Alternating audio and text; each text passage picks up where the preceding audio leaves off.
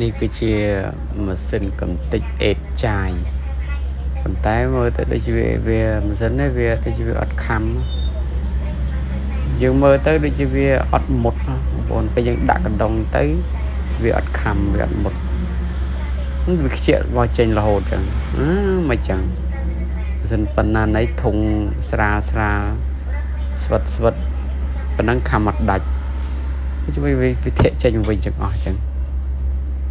មកចុះអូអានេះឡងម៉ត់អូម៉ូតូវាខំអត់បែកហ្នឹងណាពីកំតិចអត់ម៉ត់អូចេញមកវិញហ្នឹងខ្ជិលចេញវិញ